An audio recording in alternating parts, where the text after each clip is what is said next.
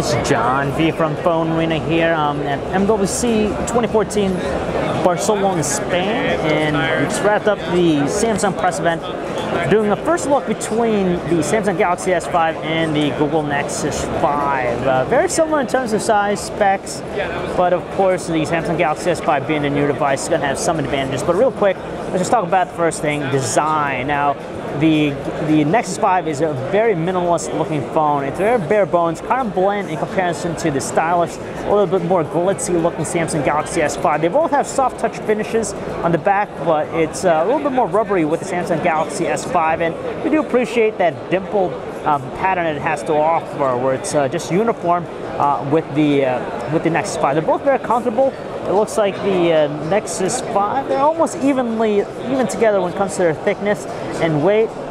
Probably say it's really hard to say which one of them is actually the lighter between the two, but the construction, pretty much on the same page with one another. We don't find one to be more sturdy or solid than the other, so in that regard, we're going to say it's the same. As far as the displays are concerned, we have a 5.1-inch 1080p Super AMOLED display in the Samsung Galaxy S5 versus the 5-inch 1080p IPS LCD panel in the Google Nexus 5. Now, details-wise, you're not going to notice a whole lot of difference between the two here. I'm going to try and zoom in here for you folks so you can see the difference in quality. So as far as details, honestly, you're not going to notice a difference even up close, far away. They exhibit the same sharp details, very visually pleasing. As far as the color reproduction, you get more, actually, even though the Super AMOLED panel is known to produce some saturated colors, a little bit overblown, it looks pretty neutral here, looking at it right now, compared to the IPS LCD panel of the Nexus 5. Viewing angles, though, it looks like the Super AMOLED panel maintains its clarity better than the Nexus 5. You could see how tilting it has just a consistent amount of clarity. It doesn't really distort as much as the Nexus 5. Nexus 5 has fantastic viewing angles, by the way, but it just seems like the S5 is slightly better in that aspect.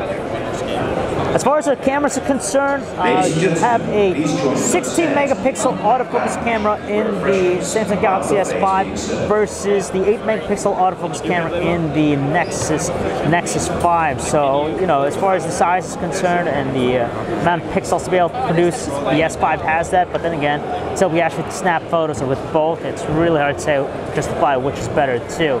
Though you get some really cool shooting modes with the Samsung Galaxy S5's camera application, which is a ton of different nice features and functionality that will really appease to hardcore shutterbugs out there. Some of the other notable features of the two handsets, well, with the Samsung Galaxy S5, this has a few more features on board with it. For example, you have the fingerprint sensor to actually unlock the device and even make mobile payments, so it's secure. And on top of that, you have also a fingerprint reader in the back, so you can measure your, you have a, sorry about it, not a fingerprint reader, you have a heart rate sensor, so you can measure your pulse at any given time. So whereas the Nexus 5 is pretty much straightforward, doesn't really try to inundate us with a ton of features here.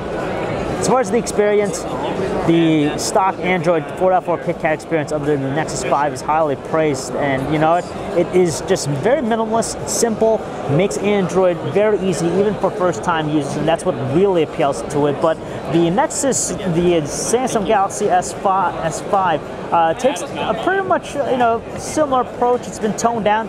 It's not as in your face as whereas previous interfaces, custom interfaces they've had, and they really cater to a wide variety of audiences. They kind of make the experience cater around your life. So whether it be the fitness-related applications, the productivity aspect, there's a lot going on with the S5 in that respect. No pricing yet with the S5, so we can't say exactly which one's going to give you a little bit more value for the buck, but hopefully we'll know soon more about that. So that's a quick first look between the Samsung Galaxy S5 and the Google Nexus 5. So if you want to learn more about these handsets, guys, you can check out our website, PhoneArena.com. It's John V.